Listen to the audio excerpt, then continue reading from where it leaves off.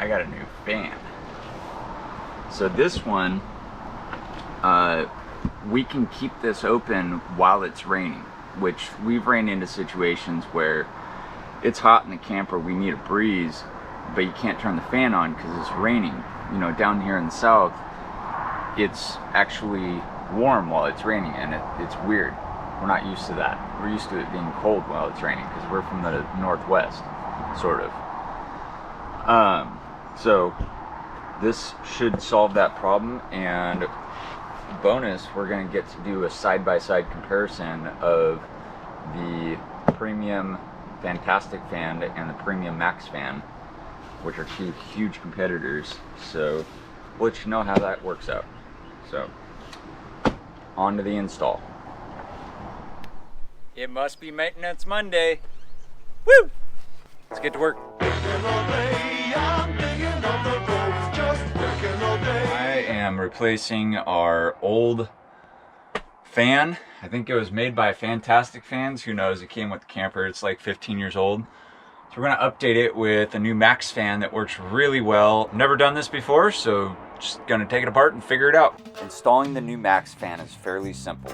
You will need a few tools: Phillips screwdriver, plastic chisel, plastic razor, goof-off, butyl tape, die-core lay-flat lap sealant, drill with 1/8" bit, and butt connectors. Start by removing the interior bezel of the old fan. Next, get on the roof, use your plastic chisel to scrape off all the old caulking and remove the screws.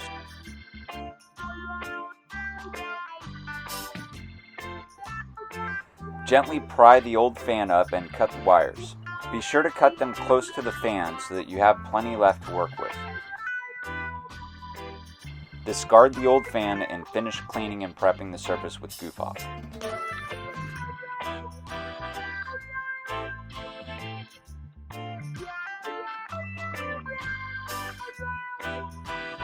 In order to properly install your new MaxxFan, first place the fan in the hole to check that the screw holes align.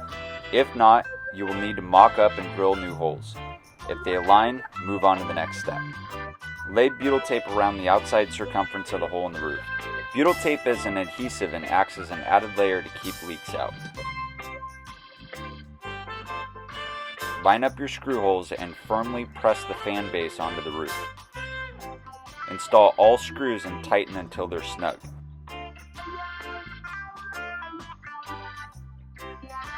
Next, seal the whole outside with die-core lay-flat lap sealant. Remember to cover the screws.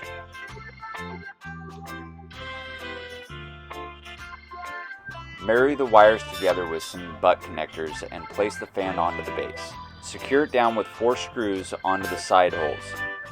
Now head back inside and install the interior bezel and tighten it into place with the last 4 screws.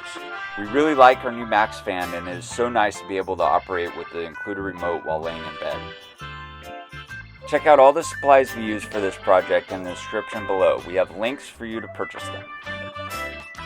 I highly recommend the MaxxFan. We have both the Fantastic Fan with the remote, and we have the MaxxFan with the remote, and the MaxxFan is way better than the Fantastic Fan. We've had nothing but problems with that Fantastic Fan.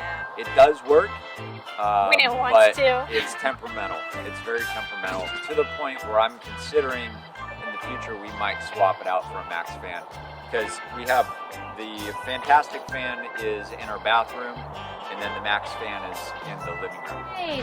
Victory dance!